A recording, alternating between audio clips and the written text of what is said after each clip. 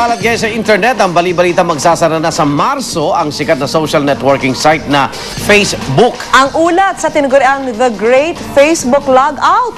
Hatid ng saksing si James Velasquez. Walang araw na di naglalogin sa Facebook ang negosyanteng si Ariel Belga. Dito kasi siya sa Facebook tumatanggap ng mga order para sa kanyang online business. Kaya naman nang mabasa ang isang balita tungkol sa napipinto umanong pagsasara ng Facebook sa darating na March 15, nag-alala si Ariel. Kasi yun ang pinaka-easing access na Facebook.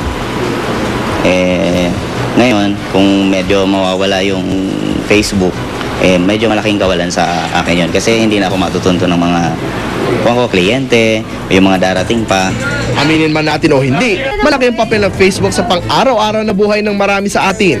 Mula sa panunumbalik na maakala natin naglaho na ang pagkakaibigan, sa virtual chismisan tungkol sa mga nagkakaibigan, pati na nga sa mga hiwalayan. Katunayan noong 2009, ang salitang unfriend o pagtatanggal sa isang tao sa lista ng Facebook friends mo ang napiling word of the year ng New Oxford American Dictionary. At sino ba makakalimot, noong palubugin ng bagyong Ondoy ang maraming bahagi ng Metro Manila, sa Facebook nagpaabot ng impormasyon at humingi ng tulong ang maraming Pilipinong nakulong sa kanilang mga bahay.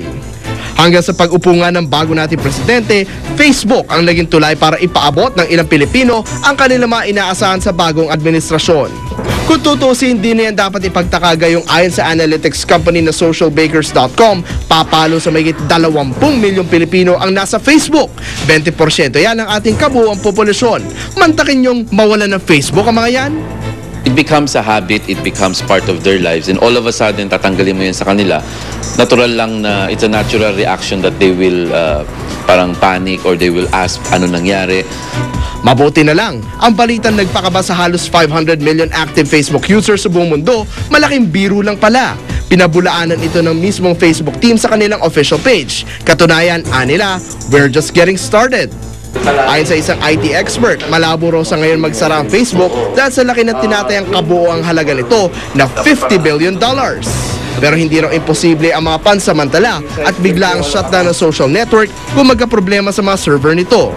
Kaya para masiguro hindi mawawala ang mga pinakaiingatan ninyong Facebook profile pics at iba pang entries, payo ng mga eksperto, gumawa lagi ng backup files. Para naman sa mga nagdenegosyo sa Facebook, mas mainam na mayroon din kayong sariling website. Don't put all your eggs in one basket. No? So hindi lahat sa Facebook kasi nga sabi nga natin it's free, anything can happen with Facebook, hardware malfunction. Ako si James Velasquez, ang inyong saksi. Tayo walang Facebook. Wala tayo. Wala tayo account. May pangalan tayo pero hindi tayo. Okay.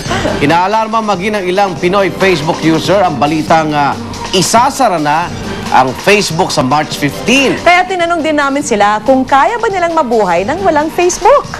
Eto sagot ni May Gertos, hindi po kasi ito libangan lang naming mga OFW. Pag boring, mag-EFB lang, okay na.